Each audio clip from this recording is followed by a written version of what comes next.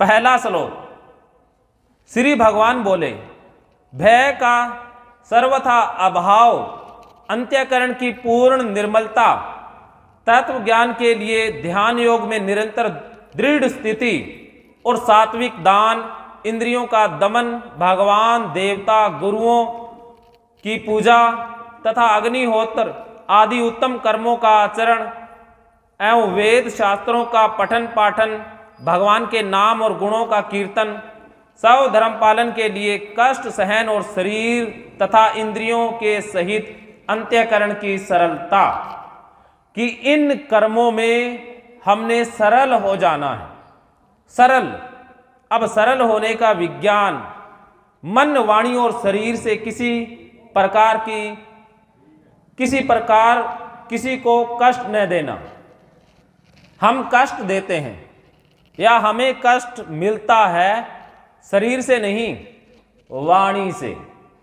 और कहा गया है कि किसी को थप्पड़ मार दें, चोट मार दें तो घाव भर जाता है।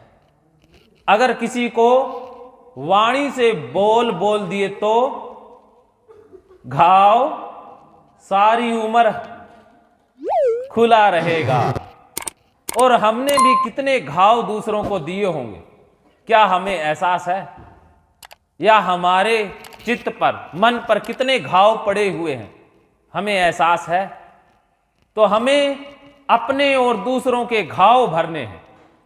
वाणी ऐसी बोलनी, वाणी ऐसी हो कि किसी को घाव ना लगे।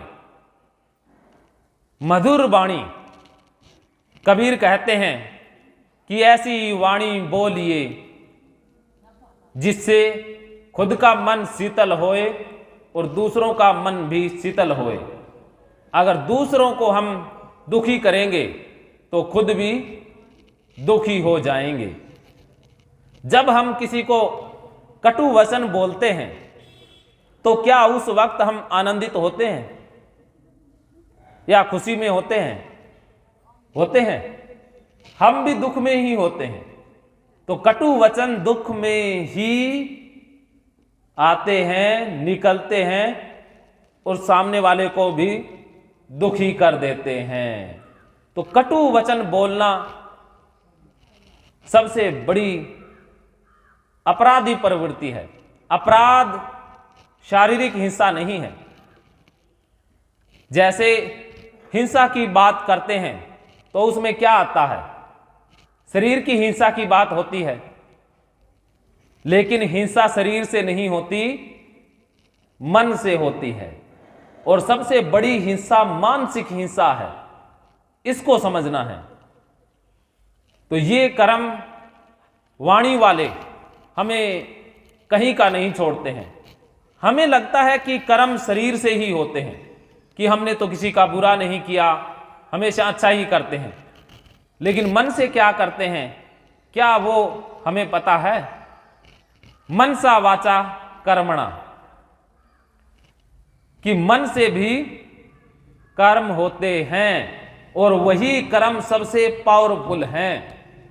शरीर के कर्म माफ हो जाएंगे, उनका कोई मोल भाव नहीं है, लेकिन मानसिक कर्म सबसे ज्यादा कष्ट देते हैं और नुकसान पहुंचाते हैं। अपना उपकार करने वाले पर भी क्रोध न करना।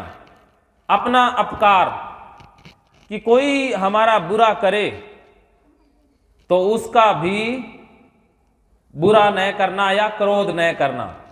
क्या ऐसा हम कर पाते हैं? हमारा कोई बुरा कर दे तो अंदर से मन तो ऐसा करता है कि गला घोंट दे। वो तो ताकतवर नहीं है या लोक लाज के लिए ठंडे रहते हैं, वरना खुली छूट दे दें तब पता चले। तो ये हम अंदर से रोके हुए हैं, अंदर से आ रहा है, बहुत क्रोध आ रहा है। जैसे कि कुछ भी कर दें, गला घोंट दें, नाक तोड़ दें, लेकिन डर रहता है कि कोई नौकरी छूट जाएगी, कुछ हो जाएगा, तो वही डर हमें रोक लेता है। कर्मों में कर्तापन का, अभिमान का त्याग। कर्मों में जो करने वाला मैं हूं, इसका त्याग करना है। इसको हमने बहुत बार पिछले अध्यायों में समझ लिया है।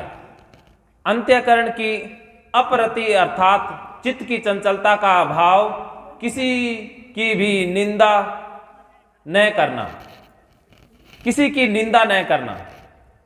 लेकिन कुछ लोगों की आदत होती है कि जब तक किसी की निंदा न करें तो खाना अच्छा नहीं लगता है। आज तो कुछ हुआ ही नहीं, निंदा तो हमारी खुराक बन जाती है। और खास बात यह है कि निंदा को हम इतना ध्यान से सुनते हैं, उतना ध्यान से काम की बात नहीं सुनते। निंदा हो रही हो किसी की या कोई दूसरे की चुगली कर रहे हो तो कान खड़े हो जाते हैं, बड़ा रस आता है, शांत हो जाते हैं। कोई किसी की प्रशंसा कर रहा है, अब ये कार्यक्रम चल रहा है, शर्मा परिवार ने बहुत अच्छे से इसे मैनेज किया, पूरा सहयोग रहा, तो इसमें अच्छा हुआ, गीता का ज्ञान बंटा, इसमें बहुत कुछ अच्छा हुआ। किसी को बताओगे कोई नहीं सुनेगा, लेकिन कह दो कि वहां ये गड़बड़ हुई, वहां पर ये दिक्कतें थी, तो और पूछेंगे और बताओ, ये बताओ, वो बताओ, तो रस आने लग जाता है। निंदा में जो रस है वही बुरा है, तो निंदा में रस लेना छोड़ दें, बेकार है। लेकिन अच्छाई में कोई रस नजर नहीं आता, अच्छाई तो छोड़ ही देते हैं। तो ये हमारे लिए सबसे खराब बात यही है कि हम रस लेते हैं। किसी की भी निंदा न करना, सब भूत प्राणियों में हेतु रहित दया करें, लेकिन बदले की उम्मीद मत रखें। इंद्रियों का विषयों के साथ संयोग होने पर भी आसक्ति का न होना,